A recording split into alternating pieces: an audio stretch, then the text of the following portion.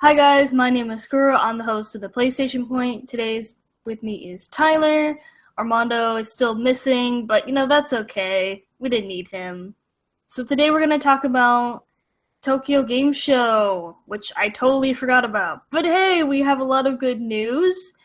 Games that may or may not come to the US, and some other news that trickled in before and after. Yeah, a lot of games. A lot of games. Also, where in the world is Armando and his amiibo? He's probably at work. Yeah, he's working his ass off to get those special Legend of Zelda amiibo, probably. Probably. So, starting off, Bloodstain got delayed till hopefully 2018. Not really quite sure, but I mean, the demo that was given for it was pretty good. So I mean, if they need till 2018 to polish it up, I think that's fine. We're getting a lot of great games in 2017. Yeah, I feel like Bloodstained is going to be one of those things where it's going to be worth the wait because we're already in like a huge influx of Vania style games like it. Axiom Verge is getting released on Xbox One, has been released on PS4 and Vita for a while now. Recently got released on the Wii U. Yep. Um, and that's a prime example of a game that is so close to being Metroid that it would be considered a Metroid title if Nintendo took the branding for it. It just made it their own. But it's one of those things where somebody can spend so much time on a game and just absolutely adore it. And hopefully Bloodstained is going to be the result of a similar fate, not unlike another game that was published by Deep Silver and released earlier this year. Well, unfortunately, another game has also been delayed. I think we've all heard this now. The Last Guardian. It's 2 months. It's not that bad. It's six You've only been weeks, waiting we've only been waiting for years. 15 years. It's actually been like 9 years, but it's gonna be 10 years Oh, yeah, now, they and it's announced that in like, 2006, I forgot. I mean, like people Actually, was got it mad 2006? about this with like Final Fantasy 15 too. It's like it's been delayed, and they're like, no. It's not like you've been waiting for that game since 2009 or anything. Nope, not That game, really. that game took so long to develop, it jumped 2 numbers. It was Yep. originally going to be Final Fantasy 13 Versus. Yep. And then they were just like, well, shit, we missed the window on that one. Nobody cares about the Final Fantasy 13 universe anymore. Final Fantasy 14's out. Fuck it. Yep. But thankfully, with PSVR launching next month, you know what you get? You get a demo disc with a large actual set of demos. For So let US me. and Canada. The Europe one is about half the size. I mean, But like it's still pretty good. yeah, a lot of the games on that list are actually things I want to see in VR. Well, let me read off the list off my phone. Mm-hmm. Illuminate, Battlezone, Drive Club VR, Eve Valkyrie, Nog, Harmonix Music VR, Headmaster, Here They Lie, Job Simulator, PlayStation VR Worlds, Resident Evil 7 Biohazard, the Kitchen teaser that we all fucking got to play after E3, Res Infinite, Riggs, Mechanicalized Combat League, Thumper, Tumble VR, Until Dawn Rush of Blood, for all you horror sick people, There's plenty of horror in there. It's pretty great. Wayward Sky, and Within so far. So yeah. It's interesting to think. Is Until Dawn going to be a redesign of the game using VR, or is it going to be just like a straight up spin off? I thought it was a sequel. Is it a sequel? Because that's even more exciting to me. Man, I'm Because pretty sure it Until was a. Dawn was It's, like the yeah, perfect culmination of 80s horror with modern culture. I mean, like, yeah, there's a lot about, like, Until Dawn that's great. Also bad, but Well, I mean, more of a it's the great. fact that a game like it hasn't come out in a while. One that has a distinct branching path, survival horror instinct kind of style. Games like that are usually made by David Cage. And we all know about David Cage, and I His don't know if anyone really infamous. wants to buy another David Cage game. I'm interested in Detroit. I'm going to be completely honest. That I enjoy the idea of a hive mind style plot device. If the trailers I've seen are to be indicated, like you play as like 7 or 8 different characters, all with probably a single process going through their heads. It's overall an interesting concept, but I think Until Dawn was one of those things where it really shouldn't have worked. But yet it did. It did, and it did pretty well, honestly. Like it was just complicated enough where you felt like your decisions mattered, but once you figured out like the pipeline of decisions you made, you could eventually play through the game with killing everybody or keeping everybody alive. It's one of those interesting things. One of those games that entices multiple playthroughs, like Resident Evil used to be. Actually, now that I think about it. Well, I mean, like, I feel like Resident Evil 7 Biohazard will encourage multiple playthroughs Yeah, if the teaser is any indication. What I like is that there's a lot of different content on the demo disc, so like you can try out different things. my question Not is just it going to like just load the disc content from the get-go, like pre-install all of it? Or are you going to have to like load into the demo disc and pre-install the things you want to play first? I'm not sure actually. It didn't Because say. usually when you load in a PS4 disc, it offloads all the content and installs it like immediately. We shall see. It's basically like a key that you put into your PS4, and it's just like, oh, you own this game physically now. Okay, we'll offload all this content now, and you own it on PS4. We'll play it as a digital format, but you'll still have to use the disc as a key. I mean, that's fine. Yeah, that's fine to me. I mean, as long as it doesn't depend on online servers to verify, then it's fine. But it's kind of a curious thing because I don't think PlayStation has done a demo disc since the PlayStation Move. No, they haven't actually. Now that I think about it. I have that demo disc too, and I've never used it because it has the bad Time Crisis game on it. Yeah. Like you buy the $30 pack, the Time Crisis Raising Storm pack, and the only one you get to play in that demo is the one you don't want to play. Because the other 3 games packaged in it are fantastic, like Dead Storm Pirates, the arcade Raising Storm. Well, I mean, like, now that demos are now, like, electronic copies you can get off the PSN store, there really hasn't been a need to do a demo disc. Yeah, that's true. It's actually kind of nice that you get such a good lineup of games from the get-go with the PSVR launch. Like, it seems like a very strong launch to start. Unlike the PS Vita. Which I did notice that people reacted very negatively towards seeing the new Vita colors at a Japan press conference, even though the Vita actually sells incredibly, like, it sells much better over there than it did here. Which is why we saw a lot. Which is why we actually saw a Vita game.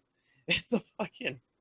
Yeah, I mean, like, I don't know why they had that reaction to the colors. Maybe it's just pointless because, like, there's so many different colors you can get for the PS Vita that it's like, just make more games, stop making new units. If I were to get a Vita, it would be the metallic red. I absolutely want a red one. I would love a black and red one, actually. If they made one in purple, I would get that shit. But red's second. I wonder if they did make a PS Vita in purple. I don't know, honestly. I know they made one in, like, navy blue. Yeah, purple and red. Purple, red. I use this controller more than the one I got with my Xbox One. It's kind of sad. That's terrible. It's just hanging up in the cabinet, just like, use me. They're like, nah. Maybe when someone comes over from multiplayer, they can use it. Yeah. For now, the controller I've got custom designed. It's gonna do just fine. Yeah, the new Vita colors are interesting. They showed 6, which I'm guessing is just the lineup they have currently with the 2 new editions. Or are those the 2 new editions with 4 coming down the pipelines? Because I don't know anything about the Vita color range over in Japan, because we only got like 4 colors here.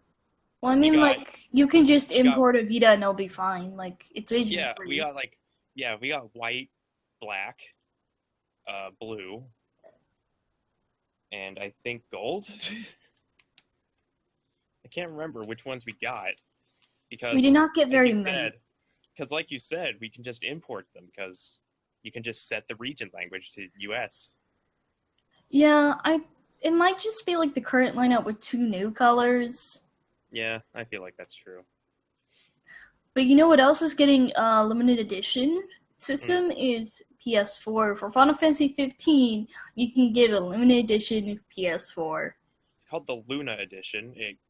From what I heard, it's gonna come with Final Fantasy 15 and the movie Kingsglaive loaded onto the machine for you. Honestly, it also has a really sick design on it. I mean, the design's great. That will sell out like immediately. I don't know if they said it was loaded onto it or if it was just coming included, or if they were just saying Final Fantasy 15 is included with it, but you should check out the movie. It's like, I don't know. If they're saying like if they're advertising it with the system, it's probably going to be on the system. Because they refer to the fact that you are going to want to watch Kingsglaive before you play Final Fantasy 15, just so some stuff clicks better for you. Then it probably comes like preloaded onto the system, or you can just download it immediately. Yeah, or you get like a voucher. Yeah, something like that. A rental voucher for PlayStation Now. Also, there's a firmware update today for your PS4. Oh my god, a firmware update. Yes, and this will help set up your PlayStation 4 for the upcoming Pro. So you get all those nice features. So I mean, if HDR.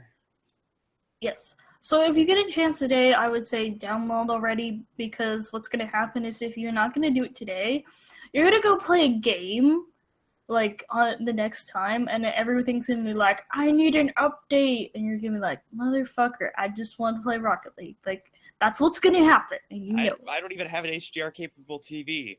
Also, the only reason you need to download the update now is because fucking folders.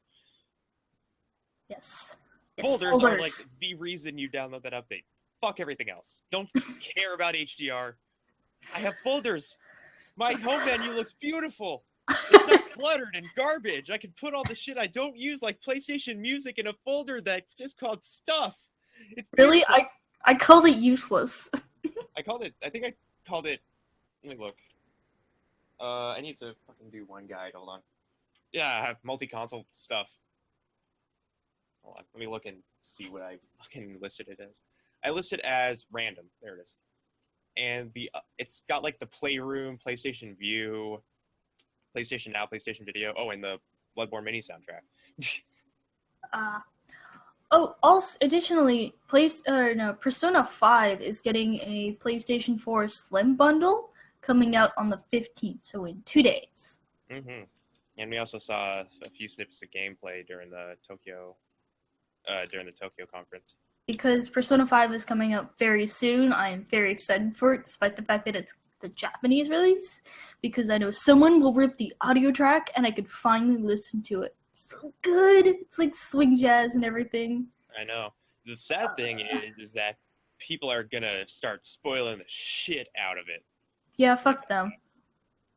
Like, it's gonna be a damn shame too, because I know Armando is super fucking hyped for it, but I know the moment he starts playing it, and it's just like, I don't understand Japanese. I guess I'll go look up a guide on how to play it. Don't do it! Like, I think of all the dumb things you can do as a fucking gamer is not know a single fucking lick of Japanese and get a Japanese only, only in the Japanese language JRPG. Something that's going to take you 80, 100 hours, and you're not going to understand the thousands of lines of dialogue you're going to be reading. Or you're not even going to understand voices. I mean, like, there's gestures, so it makes more sense. Like, trying to play the Hetalia dating game, Japanese is actually really hard. Yeah, that's true. Because there's no gestures, and each character their vocabulary differs in Yeah, terms and of the how thing can you is, read it. is that the structure of a sentence also changes based on the tone of voice. Tone of voice, Like there are is it 7 different casual? tones Is that register. Well, yeah, but like the other thing is your grammar changes based on are you meeting for the first time? Are you buddies? Are you really close? Are you family members? Like that Japanese has this like range of politeness, and it's Range of very weird. politeness. Like if you're a business partner, if they're your boss, if they're your upperclassmen, if they're your parents, if they're your Or or siblings. or if you're female or you're male, how you talk is also different, and Yeah. like how high the pitch has to be.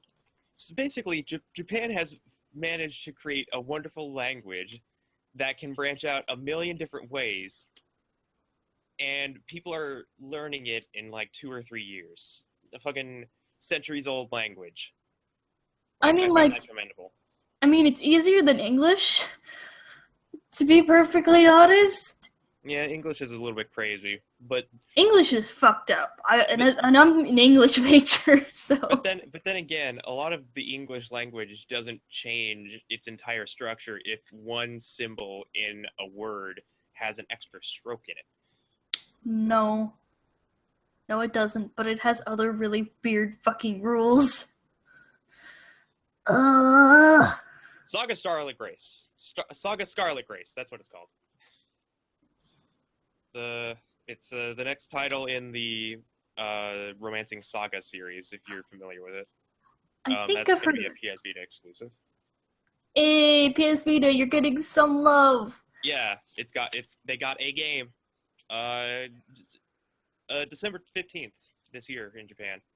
Um, Odds are we're not going to get it because we haven't gotten a Saga game since Romancing Saga, Yeah, which learn was a Japanese, SNES people. title. Which was a SNES title, I think. So yeah, again, you're just gonna have to learn Japanese. Good luck. Yeah.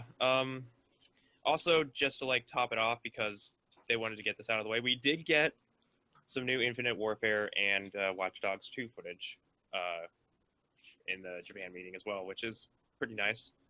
They're mostly plot-based things, I noticed, like cinematic trailers, like the Final Fantasy 15 was also cinematic when they announced the Luna Edition PS4. Additionally, Uncharted is also going to get a PS4 Slim bundle, and you get a headset with it too. So I mean, that's a Yep. pretty good deal, actually. Yeah. Let's see here. Honestly, Oh, there was just a lot of fucking Square Enix games. you know what I forgot? Hmm. So if you are a Zero Time Dilemma pre-order, got my watch. It actually works. It's happening. But like, here's the thing: Amazon fucked up in the sense of that we're gonna put it in like thin yellow bubbler mailers. So like, there's definitely like a scratch on the plastic case. The other way they fucked up with the international customers is because they made the VAT number $500. They're saying, oh yeah, you have to pay hundreds of dollars in taxes for your free watch. Yeah, a shame. Yeah, so just so people know, I was like 20 minutes late to the press conference before I started writing out news. I have 4 pages of the stuff I got when I actually got into it, and I went back to the 20 minutes that I missed, and I just got half a page. So they like right after the first 20 minutes where they got their business stuff out of the way, they went fucking all out with games and reveals. But whether or not they'll come out in English is the other question, though. Yeah, well, I know that a few of these are definitely coming out in English because they do have an audience here. Um, and the fact is that a couple of these games haven't gotten a release in a while, but there are a couple here that have releases 6 years from now. I'll get to that one in a moment. So the next thing after they showed off the trailers for Watch Dogs and stuff was that they showed off a new trailer for Nier Automata, which Yes. I know is coming out here. It's Square Enix Platinum Games. collaboration title, I believe. Yes. Like The first, it's a Square Enix IP developed by Platinum Games. basically, like they gave them a small budget and told them to make a game, and surprising how some of the stuff in the first Nier game got past ERSB. But hey, Yeah, when you're not a known IP, they don't really care. yeah, it's pretty interesting. Although I remember the ESRB being pretty strict during the early year 2000s. Uh, Yeah, that's during that time was also when NIS America had a lot of games come over from their yeah, Japanese branch, and yeah, there's some shit that got past the ESRB that they wouldn't get past now. yeah. So, The funny story I remember about early 2000s ESRB was when Bungie was showing screenshots of Halo, like the very first Halo, to the ESRB, and they were thinking, oh yeah, this is probably going to be a T rating, and then they showed pictures of the Flood, and they're like, okay, this is an M rating, and Bungie just never brought up that if you shoot them, you dismember them. oh, hmm, So well, go figure. I mean, now Halo's a teen. Now Halo 5 has a teen rating. So I mean, ERSB is kind of weird, to be honest. yeah, the SRB was created because of two games. What were they? I want to say one of them was a fighting game. You're right. I don't remember the title, but I know it was a fighting game. It's the fighting game. Tekken? No, it's the other fighting game that's known for it. Brain, you had coffee. Come on. Activate Mortal Kombat. Oh, okay. And the other one was Night Trap, which was a Sega CD FMV game. Oh, Sega CD game. Yeah, for portraying violence against women. Oh, can't really disagree with that. Yeah. At the same time, it's like you watch it now and it is the cheesiest shit ever. Well, I mean, But like at the time though, it was like revolutionary. yeah, at the time it was fucking controversial. Yeah. Right after Nier Automata, they showed off a new trailer showing off some characters, and a little bit of gameplay and dialogue for Danganronpa V3, which has a 2017 release date. Also, Danganronpa V3 is now being pushed back to 2017. Yeah, which is why I said 2017 specifically. Yeah, my notes are a mess. It's okay. I tapped my note on my notes app, but like, I'm I've been well, I mean, like I've been wondering like why hasn't the game come out? Because right now, they're using the Danganronpa anime in Japan to promote Danganronpa before the game comes out. What is it? Despair Arc and Future Arc. And oh boy, was it a mistake to watch this. Yeah, just for reference, this is my handwriting. I write like a doctor. Can't read it. You know, doctors accidentally kill people because of their handwriting. Yeah, it's a shame. Yeah. So Danganronpa 3, I don't have any like bond with the Danganronpa series, but I hear it everywhere. I hear it, I have friends in like every group I'm in that talks about Danganronpa 3. So have fun with that when that comes out late 2017. So much despair. Yeah, it's so much despair. Right after that, they showed a game that I actually have interest in because I played this series when I was younger. But I'm more into the series of sports games like this. New Everyone's Golf, which is which here in the U.S. is called Hot Shots Golf. Oh, that's what it is. I was like, which game is this? Yeah. They showed off a lot of interesting stuff that I didn't think they would think about.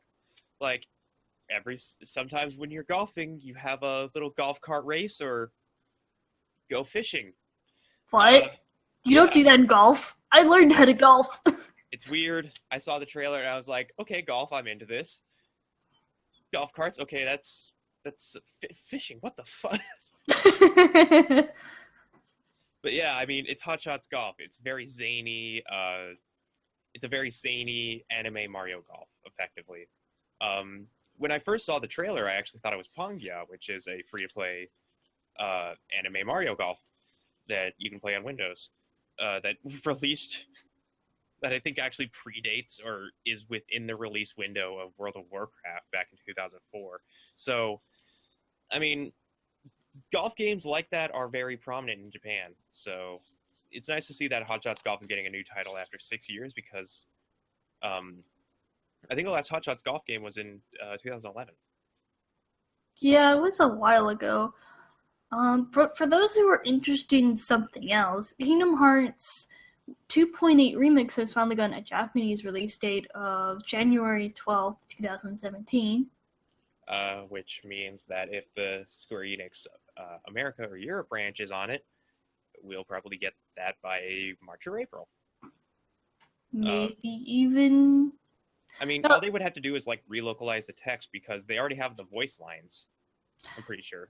yeah, but they have to do all the Q&A debugging, which Oh yeah, honestly that's takes right. so long. That's right. Also, 2.8 has some Japan only stuff in it too, so they would have to. Yeah, that's true. It might take a little bit longer. Never mind. Yeah, figure more like June, July for that dry game season, which is Yeah, okay. yeah. Also, coming 2022, EDF 5. In the new EDF game. Just last month, I believe, EDF 4.1 came out, which is like a redux of Earth Defense Force 2025. Um, they announced the new EDF uh, for 2022.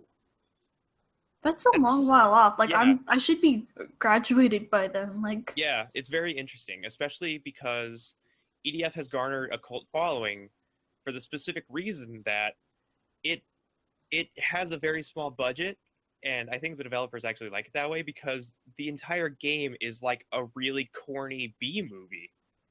yeah, because like having a small budget really does push, I think, people's creative limits because you have to figure out how can you reuse assets with the Yeah, budget you're and given. when I was watching EDF, like whenever I watch people play EDF or I play EDF, it's always just absolute anarchy. Like, okay, this gun sucks against these giant killer ants that will one shot me. Why is that guy shooting fireworks? Why is there a mech larger than the Empire State Building currently destroying spiders right now? There are a lot of things that I don't understand about EDF, and it's that stuff specifically that I absolutely adore about games like that. But yeah, EDF 5, you're gonna have to wait a little bit of time, but that's fine because apparently EDF 4.1 is like a pretty massive title in comparison to the previous EDF titles. But we'll have to see what EDF 5 has in store when it comes out in 2022. Yeah. On the other hand, Kojima has released a tiny bit of information about Death Stranding. It will be open world, and Mm-hmm. it will have online elements, and that's all he said. Yeah, he did say that it's an action title, something about clubs and rope. I fucking don't know. But apparently they're going to reveal more information about Death Stranding at TGS in a few days on September 18th. Well, we can cover more of that next week. Yeah, So, no problems whatsoever. It's not like we had to cover this conference 8 hours ago. well, I mean, like I kind of forgot about it, and like Twitter reminded me, and I was like, oh yeah, I guess You're we'll. welcome. EDF, EDF. Well, I just had to finish a paper over the weekend while sick, so Yeah. I was kind of like energy low, must Yep. make paper. Yep. Yeah. But yeah, he was pretty vague on the Death Stranding stuff. He made the same joke he did at E3 2016 though, which he told the Japanese audience that he is back because he absolutely would have regretted not coming back to gaming. I think like he told like his close friends that like he wanted to go to an island, like a a deserted island for 6 months. Like, he was not joking about that. Yeah. After the bullshit he had to deal with at Konami, and his friends are like, no, please don't. Please stay here. Please make games again. Well, not games, just don't go do that. Just like take a rest somewhere else. Like, I swear to God, he might have just gone to therapy, and that might have been a good idea. There are celebrities that have done that though, and they've come back better than they were when they left.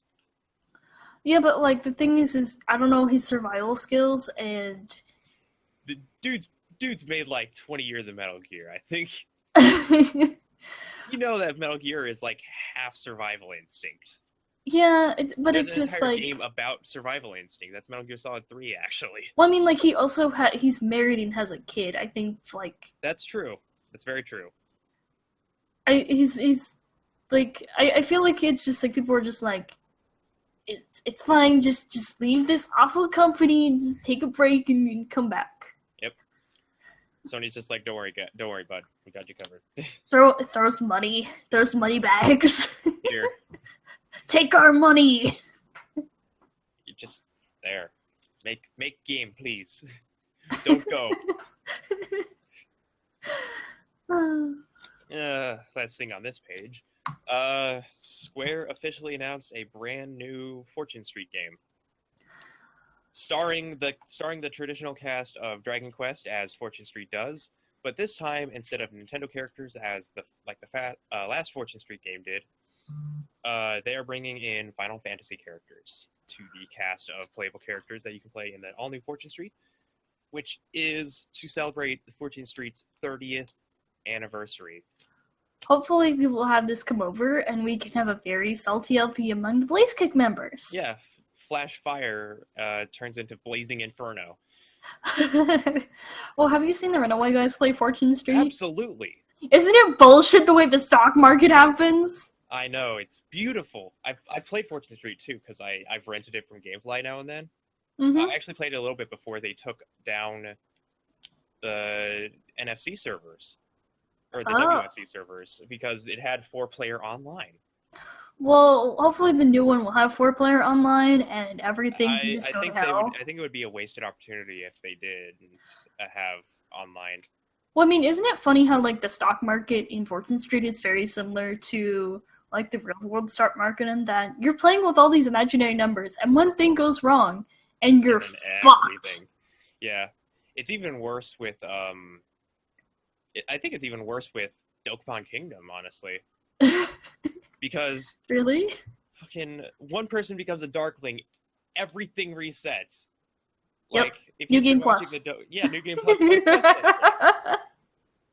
You know, I'm level 50. Why am I in Region 1 regaining cities again? God damn it! I've been watching the Runaway Guys play that, and it's just been fun. It is. I miss the chaos of like Four Swords Adventures though. Like yeah. Four Swords Adventures, the current 2 LPs they're doing are fantastic. But yeah, like I wanna do like Four Swords LP with my own close friends. Yeah. I don't know how well Blaze Kick one would go. I feel like it would go pretty well. We all have our own. I could bring my Wii. I mean, I have a Wii. I have the link cables. The only problem is that how do we record it? To which I want to ask the Runaway Guys about that because I have an idea. I know how they do it. I know how they did it, and I know how Super Genius did it. You have a Wii or a GameCube hooked up to record the main output of the game. Then you have 4 GameCubes with 4 Game Boy players, all of them connected with link cables to the GameCube ports, and then you output all of those signals with the Game Boy player to show the GBA gameplay on a separate screen. How do we do that? Exactly. The fuck? My head hurts now. Yeah, I know. You basically need 5 GameCubes or a Wii and 4 GameCubes. And then you need 4 GameCube Game Boy players, along with 4 GBA to GameCube link cables. Oh, Jesus. That's like $1,000 right there. Because Game Boy players are extremely expensive currently. I had a GameCube at home, but I don't remember what happened to it. I know how to player on it. I had a GameCube and a Game Boy player. I don't know where the Game Boy player went. The Game Boy player was attached to the GameCube, but the GameCube died. Yeah, the GameCube died, but I don't remember where my Game Boy player went. Oh, Jesus. And I also don't remember where my Game Boy player disc went, so it's Oh, basically a lost cause God. at this point. Oh, someone make an emulator version quick. They have already. But, like... With direct GBA support. Like, you can use a GBA emulator to do, like... I've only been able to get, like, one screen working. I can't get, like, multiplayer to work. I think it's like LAN. They have to get it to work. Like, you have to have... I don't know, it's weird.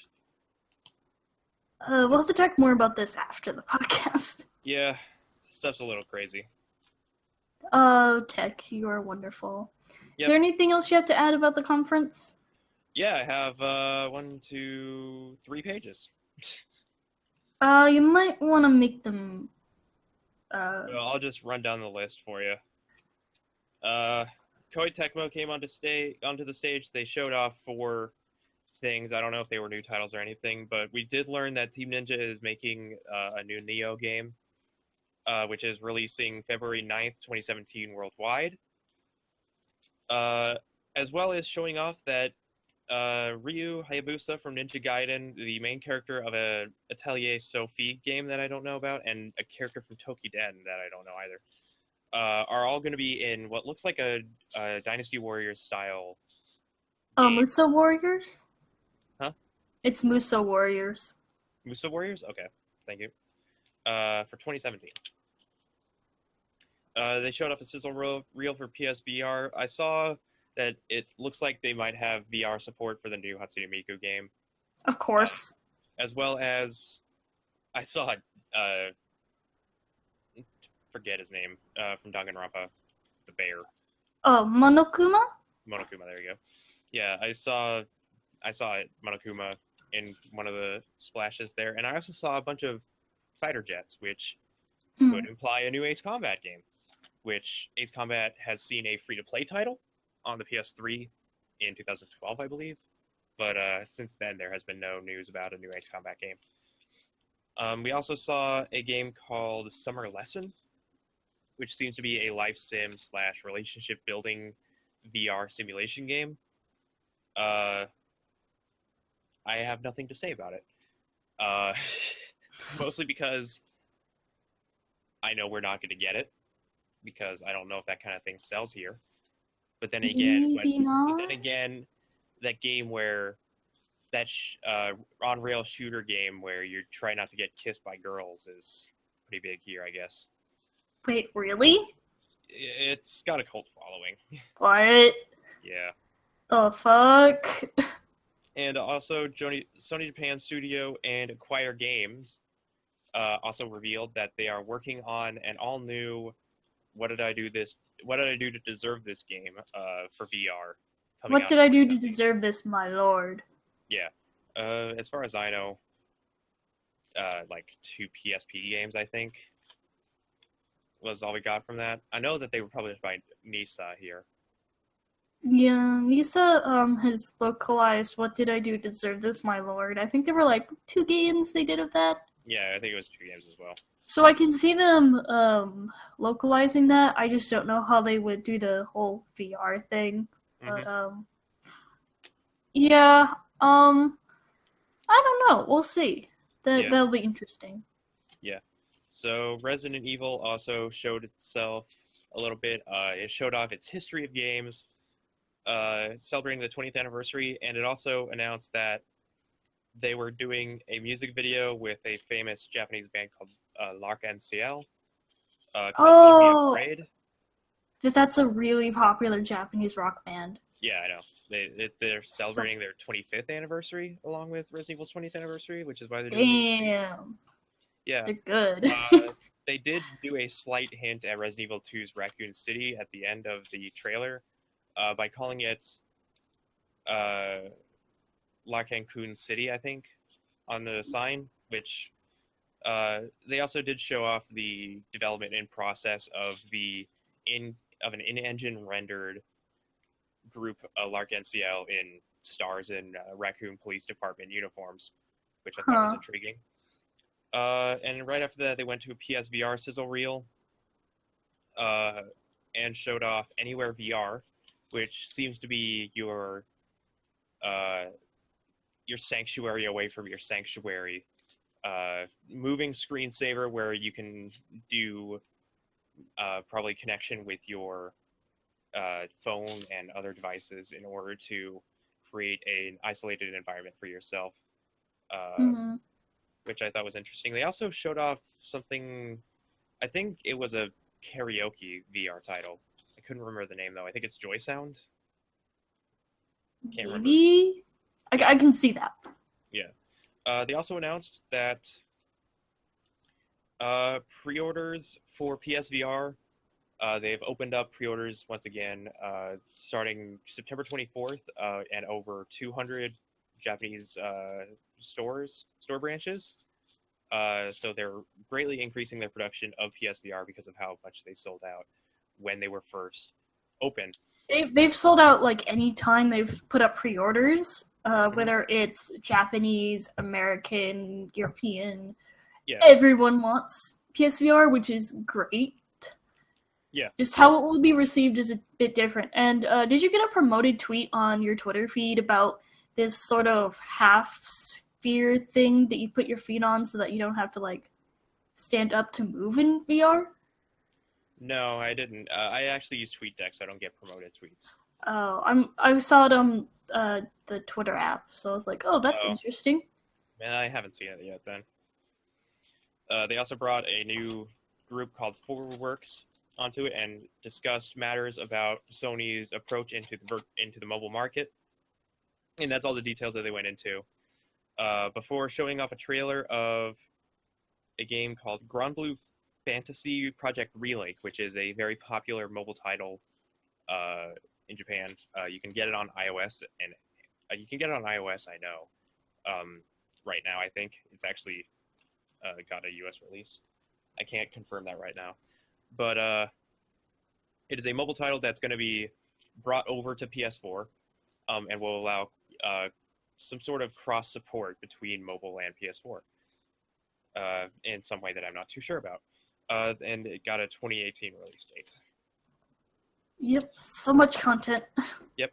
Last thing on the list is that to hype people up for Gravity Days, which is called Gravity Rush here in North America, Gravity Days 1 will be free on PlayStation Plus, so that you can get all hyped up and excited for when Gravity Days 2 comes out. I mean, like I already have it on my PS Vita. Mm-hmm. Can't play it though. Is At there least I haven't anything tried I again. missed?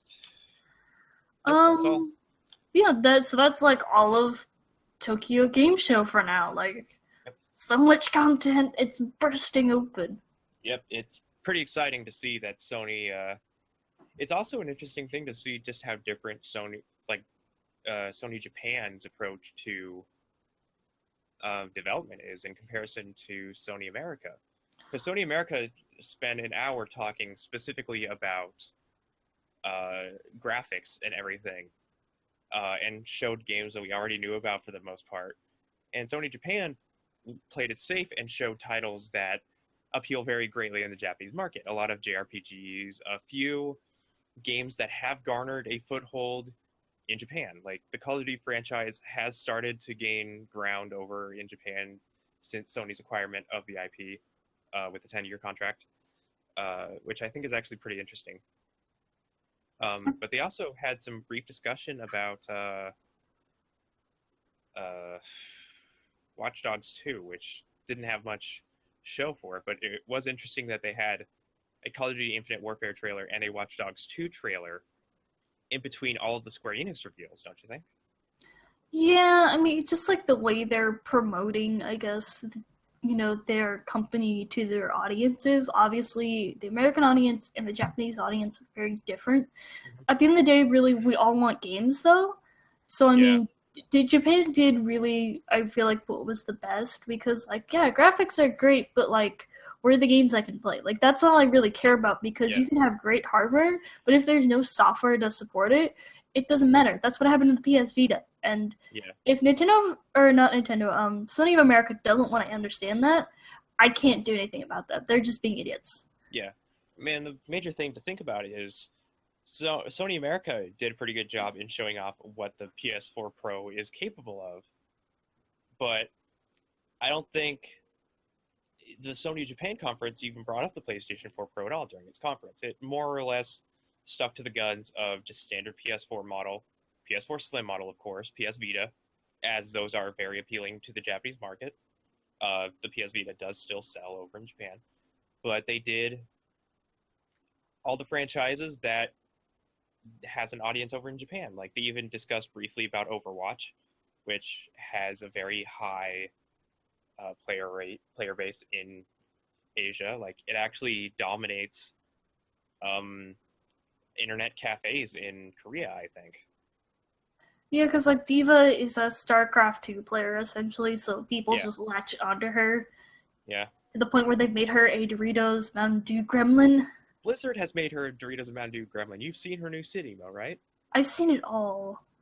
It's her new sit emote is her playing a game in her mech while her mech's sitting down and she's eating chips and drinking soda. It's so great. Yeah, It's so great. It's I also the only legendary emote in the game so far. mean, like if you like that combination, that's okay. It's so funny though. I mean, like I think it's funny to do for her to do it, because it's sort of ironic, because you imagine like a guy doing that, but she's like female, so it's like it's funny.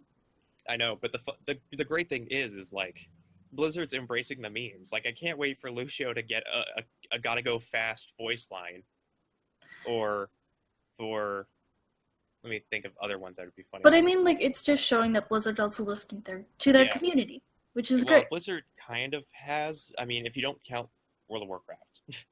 Well, I mean, like a lot of game companies now, we see it, they don't listen to their community, which ultimately has brought them down.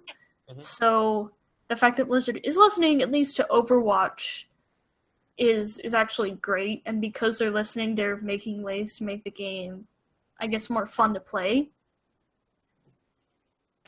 Yeah, that's true.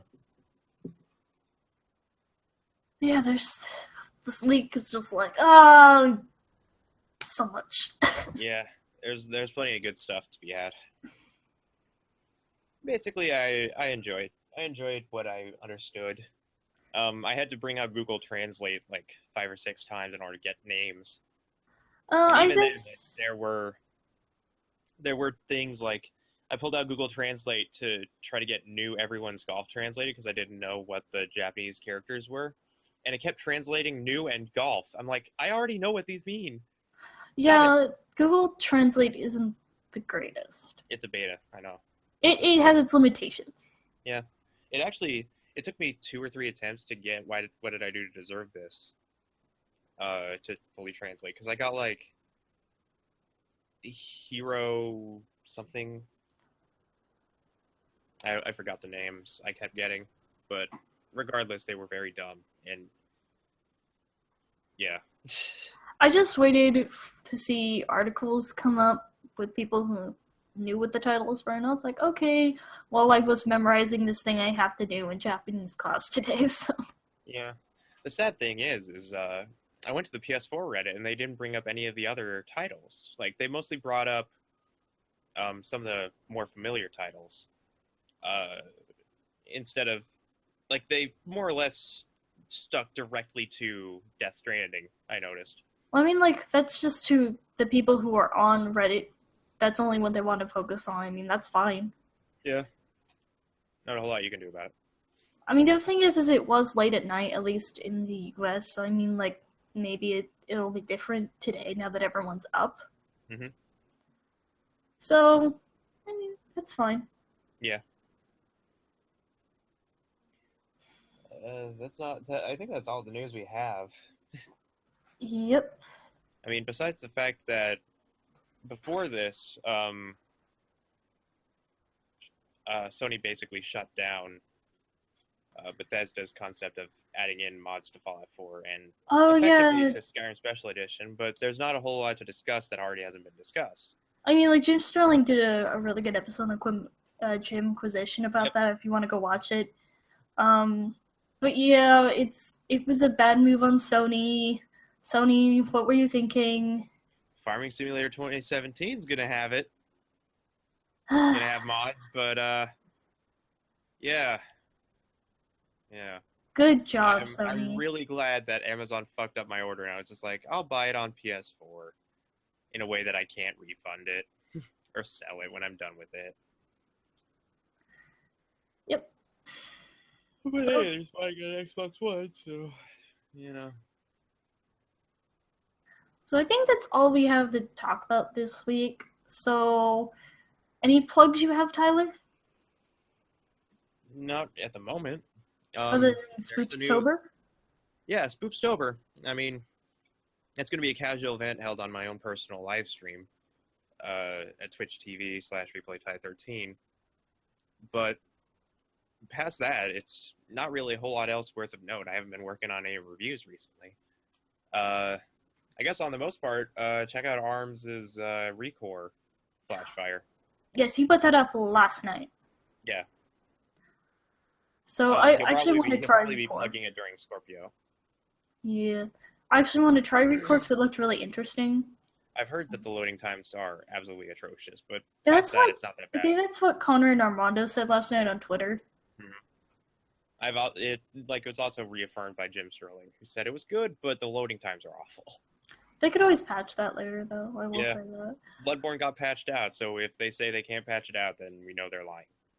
Yes. So other than that, I know me and Noah. Well, I mean, me and Noah need to do a Zero Time Dilemma spoiler cast and just in general about Zero Escape. Now that I'm starting to not be sick, I think we can finally do that this week. Yep. So hopefully that will come up soon, and that has spoilers. You are warned, and we will warn you again when we have the video. And if you say that you weren't warned, you're full of shit. So that's it. Okay, now we shall start doing what we normally do, which is, hey you guys, we have a Patreon. If you pay us at least $1 a month, you get this podcast and all of our other podcasts a day early, and you get the exclusive Blaze Kick podcast. On the last Blaze Kick podcast, we talked about Trump, Psychopath, and Love Live, and Blaze Kick is really, the Blaze Kick podcast is about like what we want to talk about, outside the podcast. And if you couldn't tell, we're already like really big anime fans. If we want to talk about like political news or we want to talk about Tesla, stuff like that, just they're more personal things. And you get to hear us talk about it, our opinions, and in a way you get to know us a little bit better. So, and that's really great for you guys. And then for $5 a month, you're gonna get all of our original video content a day early. This includes Flashfire, the upcoming Blaze Kick Eat series, any other upcoming video series as well. And this is only a small amount. It's a two-way road, guys. We're already making content you like, but we want to make more and better quality, and we need your help. So you support us, we make more content, better quality content, and on a more daily basis, everyone wins. So please do support our Patreon. It is at patreon.com/blazekick. And then we also have a YouTube channel in case you miss stuff and you want to go watch it there. It is youtube.com/user/blazekickmedia. We also have our own website, which we appreciate if you check that out too, because it helps us get into certain events as press. It is blazekick.com. And then we have our own Twitter, and that is at blazekick_tweet. My Twitter handle is at demon_sorceress, and yours, Tyler? At ReplayTieHeretic.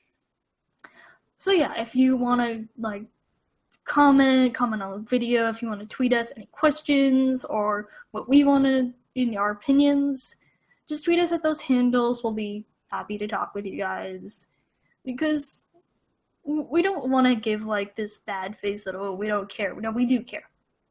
Mm-hmm. And if we can interact with you guys so that we can also make better content, we're happy to do that. So thanks for watching Blaze Kick. No. PlayStation Point this week. We'll be back next week with more on any other leftovers of the Tokyo Game Show, new game releases, all that great stuff. Bye, guys.